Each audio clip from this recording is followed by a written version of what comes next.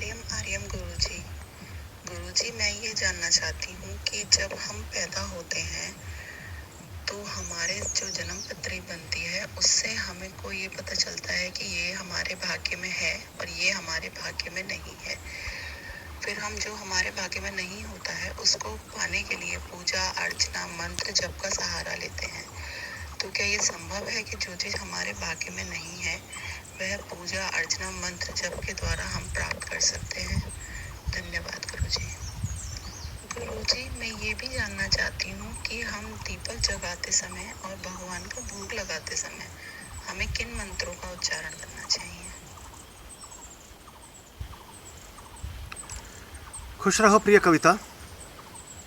हाँ, जन्म पत्री का आधार एक तो पूरे जीवन को बाँचने के लिए होता है, पूरे जीवन का विश्लेषण करने के लिए होता है कि ये जातक जो इस निश्चित स्थान, इस निश्चित समय, इस निश्चित दिनांक में जन्मा है, इसका जीवन आगे कैसा रहेगा, इसका हमें आकलन होता है। तो जब हमें ये पता चलता है कि जीवन कैसा रहेगा तो ये भी पता चलता है कि वहाँ क्या क्या ब्लेसिंग्स ग्रहों की और बाकी चीज़ों की है। इसको पैसा देखिए, ऐसा समझिए कि जैसे 5-6 मित्र, 5-6 लोग, सखी सहेलियाँ या कोई भी पुरुष मित्र एक किसी फोटोग्राफ्स में खड़े हैं। उनमें जो जिस तरह की मुख मुद्रा, भाव भंगिमा या जो भी एक्ट या पोस्चर लिए हुए है फोटोग्राफ में, वही अंकित और चित्रित हो जाता है। तो माता के गर्भ से जब कोई शिशु इस दुनिया में आता है तो उस समय प्लैनेट्स की क्या पोजीशंस हैं, ग्रहों की क्या अवस्थाएं हैं, उन ग्रहों के कितने बल हैं, कौन सा नक्षत्र है, कौन सा मुहूर्त है, कौन से योग हैं, कौन सा गोचर है, ये तमाम चीज़ों के कुछ अपने पर्टिकुलर रिजल्ट्स होते हैं, उनकी कुछ गणनाएं होती हैं। उन गणनाओं के आधार पर उनके कुछ नतीजे होते हैं। उन नतीजों के आधार पर हम जीवन में बहुत सारी चीज़ों का आकलन कर सकते हैं। और ये जो ज्योतिषीय गणनाएं हैं या भविष्य के बारे में या पूर्व के बारे में, ये प्राय सभी धर्मों में इसकी बराबर मान्यताएं हैं। बहुत सारे लोग सोचते हैं कि सिर्फ हम हिंदू धर्म में ही इसको मानते हैं, ऐसा नहीं। जीसस क्राइस्ट बहुत बड़े भविष्यवक्ता थे और उन्होंने जिस तरीके अपने बारे में भविष्यवाणियाँ की वो आज भी पूरे इतिहास में मतलब अमर है। ऐसे ही बुद्ध ने अपने जो उनके माता जी को सपना आया, और स्वप्न विद्या में जितना बुद्ध के धम्मपद में और बाकी चीज़ों में उल्लेख है उतना बाकी ग्रंथों में नहीं मिलेगा। ऐसे ही त्रिशला थी जिनके पुत्र महावीर स्वामी हुए, जैन धर्म के संस्थापक, उनके जीवन में आपको मिलेगा। तो प्राय सारे धर्मों में कहीं ना कहीं किसी न किसी रूप में हम भविष्य के रूप में और बाकी चीज़ों के रूप में कुछ गणनाओं को करते हैं और उनको समझने का प्रयास करते हैं, जिसके आधार पर कुछ चीज़ें ठीक की जा सकती हैं। वैसा समझिए कि बारिश तो होनी ही है। एक सामान्य रूप से सभी ज्योतिष विज्ञान में ये सामान्य एक उदाहरण दिया जाता है कि बारिश होनी है, लेकिन अगर आपको ये पता चल जाए कि आप छाते से इसका बचाव कर सकते हैं, एक तो छाता घर से लेकर निकलेंगे तो आप भीगेंगे नहीं, आप प्रेजेंटेबल होंगे। जिस कक्ष में जाएंगे, जहाँ इंटरव्यू के लिए जाएंगे, जिस कार्य के लिए जाएंगे, उस कार्य को ठीक से संपादित कर सकेंगे। अगर आप बिना छाते के पहुँचेंगे तो आप फिर प्रेजेंटेबल नहीं होंगे, आपके उस कार्य में बाधा आ सकती है, आपका स्वास्थ्य खराब हो सकता है, बीमार पड़ सकते हैं बहुत देर तक भीगने के बाद। तो ज्योतिष विज्ञान आपके लिए एक छाते का काम करता है, एक छतरी का काम करता है। जो उपाय हैं वो आपके जीवन में उन बाधाओं, उन दिक्कतों, उन व्यवधानों, उन हर्डल्स को निर्मूल करने का कार्य करते हैं जो आपके जीवन के किसी भी तरह के संतुलन को असंतुलित करते हों। तो एक तो ये बात हो गई। अब हम रावण का अगर उल्लेख देखें रामायण काल में, तो रावण ने सारे ग्रहों को उठा करके अपने उच्च स्थान 11th हाउस में ले आया था। तो वो साधना और वो तमाम चीज़ें, वो मंत्रोच्चार की पद्धतियाँ, वो यज्ञ प्रार्थनाएं, बहुत सारे तौर तरीके, बहुत सारे जीवन में किए जाने वाले उपचार हमें उन चीज़ों से मुक्त करते हैं।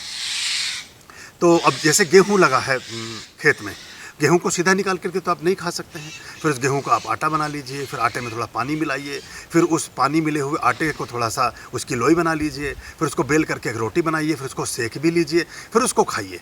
वो आपके लिए उपयोगी होगी। ये पूरा एक उपाय ही तो हुआ, एक विधि, एक मेथड ही तो है कि किसी चीज़ को कैसे हम इस्तेमाल करें। ऐसे ही हमारा जीवन होता है। हमारे जीवन में बहुत सी चीज़ें ऐसी होती हैं जिसमें डिसबैलेंसेस होते हैं। जैसे सपोज करिए आपको कोई बताता है कि आपके शरीर में कैल्शियम की कमी है, तो आपको जो डॉक्टर हैं वो कहेंगे कि आप कैल्शियम सैंडोज खा लीजिए, आप कैल्शियम की कोई गोली खा लीजिए, आप ऐसी चीज़ें खाइए जिससे कैल्शियम की मात्रा आपके शरीर में भरपूर हो जाए, तो आपकी वो जो कमी है वो पूरी हो जाएगी। ऐसे ही ज्योतिष विज्ञान को जब हम समझते हैं तो हमें ये पता चलता है कि कौन से ग्रह में के बल कम है, कौन से ग्रह की डिग्री कम है, कौन सा ग्रह किस प्रतिकूल परिस्थिति में आपको देख रहा है। जैसे मैंने बताया ना, एक चित्र खींचा और वो चित्र में जो जो प्लेसिंग्स आ गई, तो जैसे बच्चा माता के गर्भ से बाहर आया तो पूरे अस्तित्व ने उसका एक चित्र खींचा। उस चित्र में जो भी डिसबैलेंसेस, बैलेंसेस, जो भी अनुकूल प्रतिकूल जो भी चीज़ें हैं वो सब अंकित होती हैं।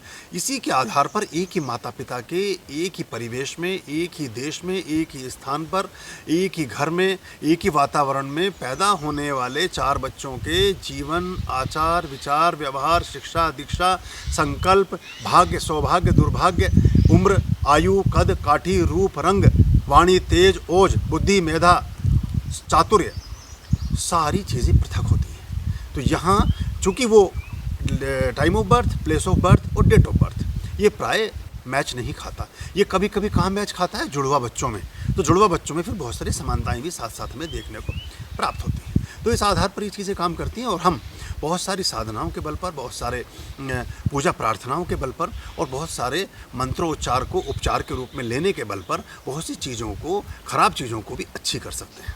हम दुर्भाग्य को सौभाग्य में परिवर्तित कर सकते हैं। और यही एक सबसे बड़ा अधिकार मनुष्य योनि में मनुष्य को प्राप्त है कि वो कर्म के द्वारा अपने पूरे जीवन को रूपांतरित कर सकता है। अपने संकल्प के आधार पर, अपनी सोच के आधार पर, अपने जीवन व्यवहार के आधार पर एक वाल्मीकि जो दुर्दांत डाकू है वो महर्षि के रूप में स्थापित हो सकता है। और फिर सीता माता जैसी महान विदुषी को भी अगर कोई सबसे सुरक्षित और अच्छी जगह मिली जहाँ वो जाकर शरण ले सकें, तो वो उस वाल्मीकि के आश्रम में जाकर के ही लव और कुश को जन्म देती है। तो ये पूरा जीवन आमूल चूल हमारा परिवर्तित हो सकता है। दूसरी बात आपने कही कि हम भगवान को कोई चीज़ अगर अर्पित करते हैं, हम भगवान को अगर कोई चीज़ अर्पित करते हैं तो उसमें क्या हम रखें। देखिए, इसका पूरा एक विधान है वैसे तो, लेकिन आप अगर सूक्ष्म ढंग से करना चाहें तो जैसे नैवेद्यम समर्पयामी, इसके साथ आप मिश्री, चीनी, गुड़, लड्डू, मोदक, कोई भी ऐसी चीज़, शहद, जो भी आप चढ़ाना चाहते हैं या अर्पित करना चाहते हैं उसको कर सकते हैं। दीपम दर्शयामी, धूपम अर्घयामी, नैवेद्यम समर्पयामी, है ना, जलम समर्पयामी, ऐसे करके हम, इससे आपको नाम से पता चल रहा होगा कि नैवेद्य कहते हैं मीठे को, जल की बात हो ही गई, धूप को धूप हो गया, दीपम दर्शयामी, दीपक लगा है तो दीपक की ज्योत को भी ऐसे आप एक दर्शन करा देते हैं या उसको अर्पित कर देते हैं। आप अगर पूरे विधि विधान से कोई आहुति में देना चाहें तो उसका पूरा सृष्टिकृत आहुति का पूरा एक विधान हमारे वेदों में है। वो मंत्र कुछ इस तरह से है।